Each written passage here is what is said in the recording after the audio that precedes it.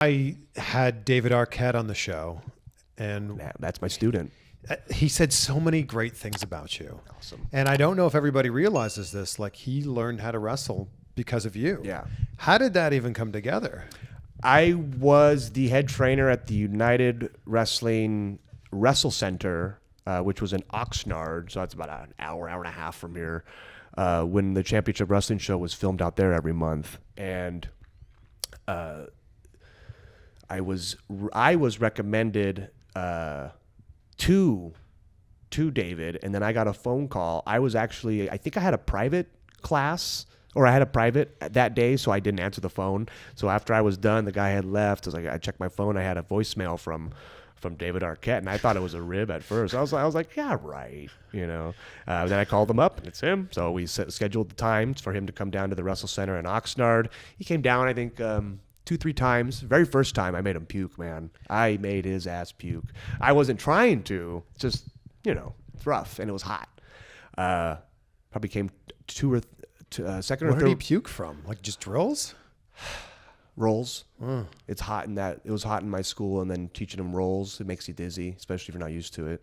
And then he came two or three more times, and then he bought a ring and set it up in his backyard, which was near. I lived in Sherman Oaks, and he lived nearby, and I would go to his house and train him in his backyard. And this was every like the week. thing of like wrestling lore of like, wait a second, David Arquette has a ring in his backyard. Yeah. And then I would hear stories of like Jungle Boy would just be like hanging out there, Yeah. and John Morrison, I think Yeah. that was John Morrison's ring, wasn't it? No, it was. John Morrison had a ring in his backyard.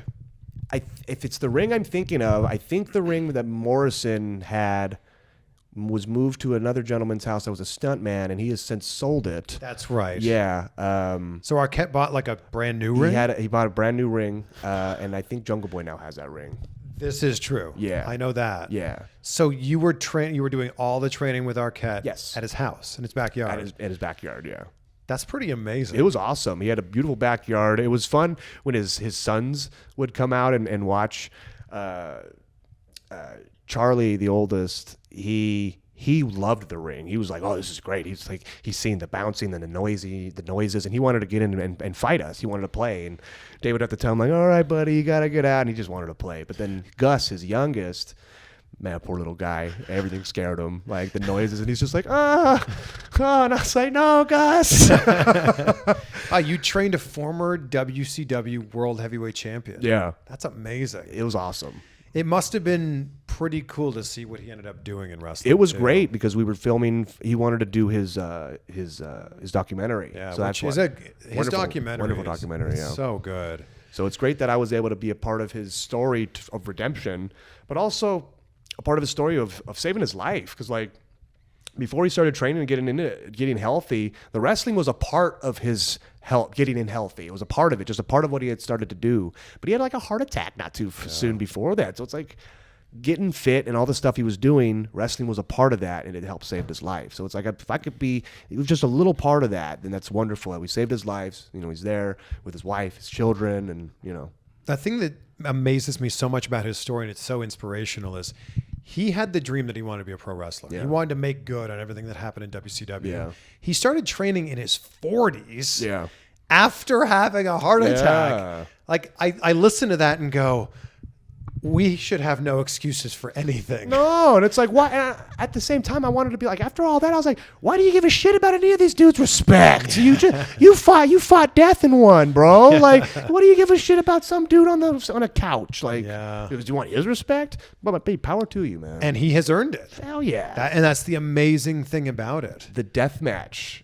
He hit me up the week before, 2 weeks before, asking, "Hey, can we get together for training? I have a hardcore match coming up." And I couldn't make it work. I couldn't make it work with my schedule. I think I was traveling, whatever I was doing. And then I see what the match ended up being, and I was like, "David, that is not a hardcore match." I was like, David, you're not supposed to die in a death match.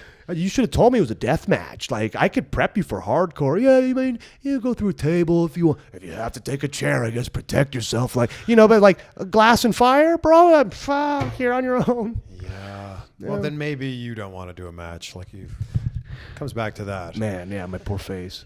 Yeah, it's too pretty. It's too pretty, Peter Avalon. I agree.